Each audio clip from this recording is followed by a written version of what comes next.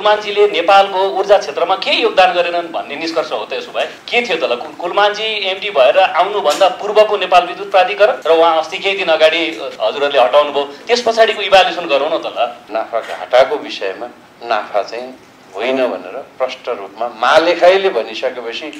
हाम्रो सबभन्दा ठुलो अडिट गर्ने संस्था त्यही नै हो हामीले ढाकछोप गर्नुपर्ने कुनै जरुरी छैन कसैलाई ढाट्नु पनि पर्ने छैन विद्युत प्राधिकरणको बहालवाला एमडीलाई जिकौँ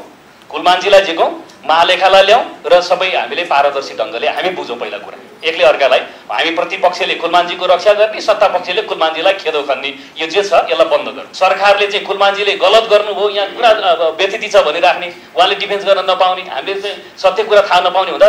झुटो कुरो झुटो नै हुन्छ ताली आउँछ भनेर लोकप्रियताका लागि जे पाए त्यही बोल्नु हुँदैन भन्ने मान्यता पनि छ एक त नाफा घाटाको दुविधा छ अर्कोतिर 300 मा बेच्ने तपाईँ छोटो समय बाँकी हुनुहुन्छ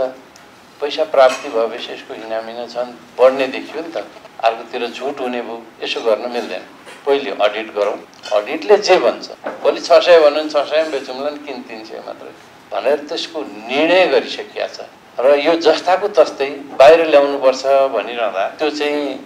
निर्णय कार्यान्वयन गर्न मान्नु भएन कुलमानजीले के गर्नु भएको छैन र यहाँ सारा चाहिँ मतलब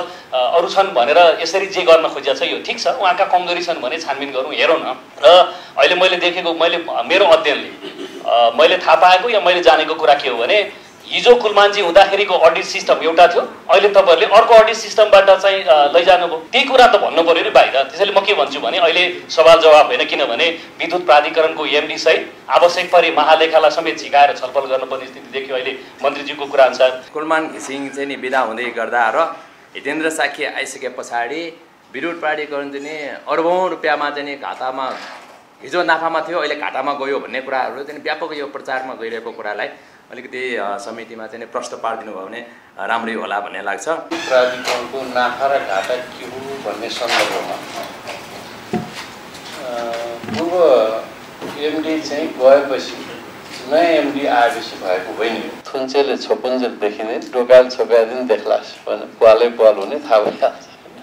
थुन्चे चाहिँ पाल नहुने यसो छोपेपछि नदेखिने हामी अहिले कुलमानजीलाई देउता बनाउने पक्षमा नि छैनौँ हामीले खालि भनेको राष्ट्र सेवा कर्मचारीहरूको मनोबल नगिराओस् सरकारले हमला नगरोस् भने न हो